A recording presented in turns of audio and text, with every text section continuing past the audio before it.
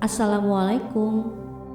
Karya-karya pemikir polimatik ini datang belakangan di dunia barat jauh setelah karangan sejawatnya pada abad ke-11 seperti Ibnu Sina dan Ibnu Haytham lebih dulu populer. Melalui 146 karya buku dalam bahasa Arab, sosok ini membuat banyak sarjana modern, muslim atau non-muslim menjulukinya Ustaz fi Ulum atau guru segala ilmu. Beliau adalah Abu Raihan Muhammad bin Ahmad Al-Biruni atau yang lebih kita kenal dengan nama Al-Biruni. Beliau adalah seorang jenius universal dan punya visi intelektual yang melampaui masanya pada 1000-an tahun silam. Beliau lahir di pinggir Khat, sebuah kota di distrik Khawarazmi, Turkmenistan atau Khiva di kawasan Danau Aral di Asia Tengah yang pada masa itu terletak dalam Kekaisaran Persia pada tanggal 4 September tahun 973 Masehi. Masa kecilnya tidak banyak diketahui. Al-Biruni dalam biografinya mengaku sama sekali tidak mengenal ayahnya dan hanya sedikit mengenal kakeknya. Al-Biruni juga disebut sebagai seorang muslim yang taat dan keluarga yang cinta dengan ilmu pengetahuan. Beliau belajar matematika dan pengkajian bintang dari Abu Nasr Mansur yang banyak dikenal untuk penemuannya tentang hukum sinus. Al-Biruni juga merupakan teman dari ahli pengobatan Ibnu Sina dan pakar etik Ibnu Miskawih di Universitas dan Pusat Sains yang didirikan oleh putra Abu Al-Abbas Ma'mun Khawarazmshah. Ia juga menguasai beberapa bahasa, di antaranya bahasa Yunani, bahasa Suriah, dan bahasa Berber serta bahasa Sanskerta. Yang tak kalah monumental temuan Al-Biruni ialah perhitungan keliling bumi. Sulit kita bayangkan pada abad ke-11 Masehi, 1 milenium lalu, ada orang yang mampu mengukur putaran keliling bumi dengan menggunakan data jari-jari bumi. Sementara ketika itu dari kalangan gereja masih memperdebatkan apakah bumi itu bulat atau datar. Al-Biruni saat itu sudah melakukan perhitungan keliling bumi dengan menggunakan pendekatan perhitungan trigonometri. Pada awal karirnya, ia bekerja untuk penguasa Samanid Mansur kedua, tetapi karena kekacauan politik, beliau harus sering berganti penguasa. Ketika berusia 20 tahun, dinasti Khwarizmi digulingkan oleh Emir Ma'mun Ibnu Muhammad dari Gurgan. Saat itu Al-Biruni meminta perlindungan dan mengungsi di istana Sultan Nuh bin Mansur.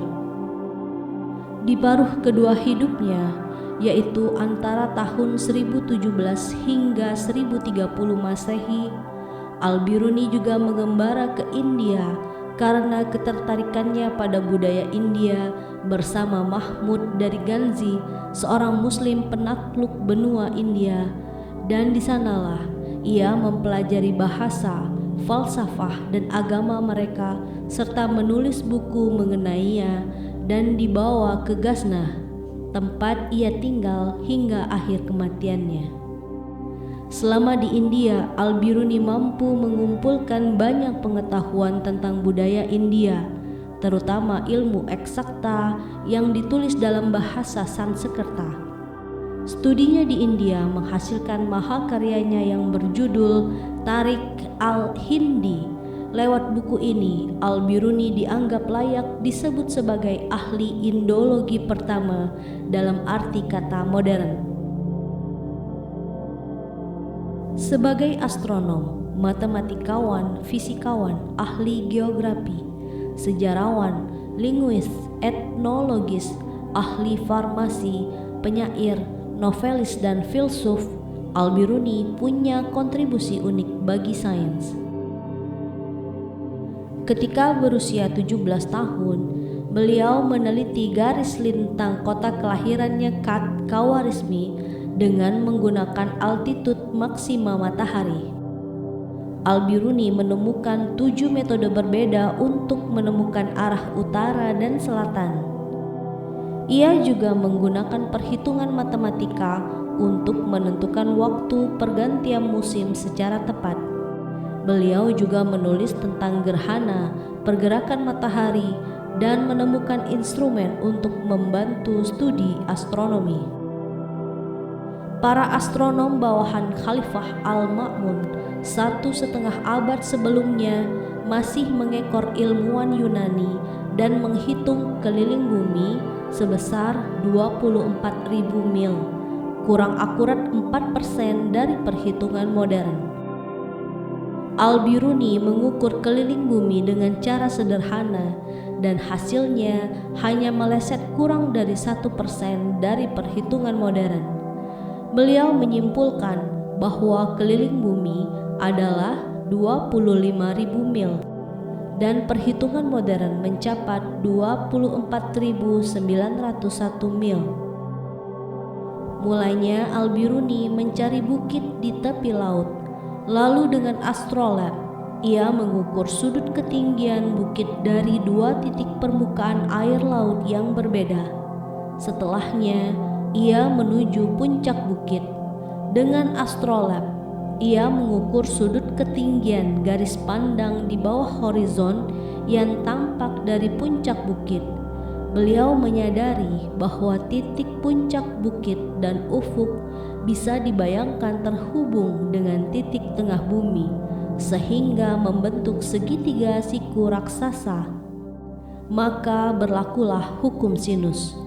Al-Biruni lalu menghitung hasil pengukuran itu lewat persamaan gabungan trigonometri dan aljabar untuk menemukan rumus penentuan jari-jari dan keliling bumi. Beliau mendapatkan hasil jari-jari bumi senilai 6.339,6 km dengan menggunakan teknik untuk mengukur bumi dan jarak di atasnya menggunakan triangulasi. Hanya berselisih 16,8 km dari nilai modern, yaitu 6.356,7 km. Temuan otentik Al-Biruni ini tercatat dalam buku persembahannya bagi Sultan Mas'ud Al-Ghazna berjudul Al-Qanun Al-Mas'udi atau The Mas'udi Canon. Hal tersebut menegaskan kualitasnya sebagai pionir observasi berbasis metode ilmiah. Ketika beliau menyelesaikan karya ensiklopedianya ini, Sultan Mas'ud, putra dari Mahmud Ghaznawi, pernah mengirimnya koin perak sebanyak 3 unta. Namun Al-Biruni dengan sopan mengembalikan hadiah kerajaan tersebut dan berkata, "Aku mengabdi demi ilmu dan bukan untuk uang." Wacana populer bentuk bumi bulat baru berkembang khususnya di barat pada abad ke-16 Masehi.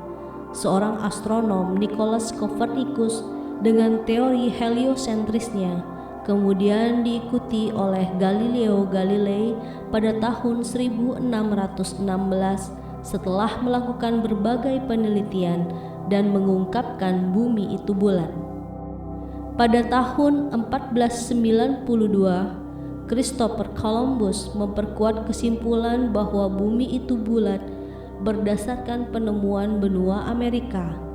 Namun, nyatanya Al-Biruni telah lebih dulu mengungkapkan teori bumi itu bulat dengan bermodal hanya alat ukur derajat bintang yang disebut astrolab, gunung yang tinggi dengan pemandangan horizon yang rata sempurna, dan ketiga rumus trigonometri. Pendapat Al-Biruni diyakini lebih dekat dengan data-data empiris, berbeda dengan Ptolemeus yang hanya memilih data sesuai teorinya. Al-Biruni memilih data secara ilmiah, termasuk mengkoreksi teorinya ini dan ini membuat teori heliocentris Kopernikus banyak didukung daripada teori geosentris Ptolemeus.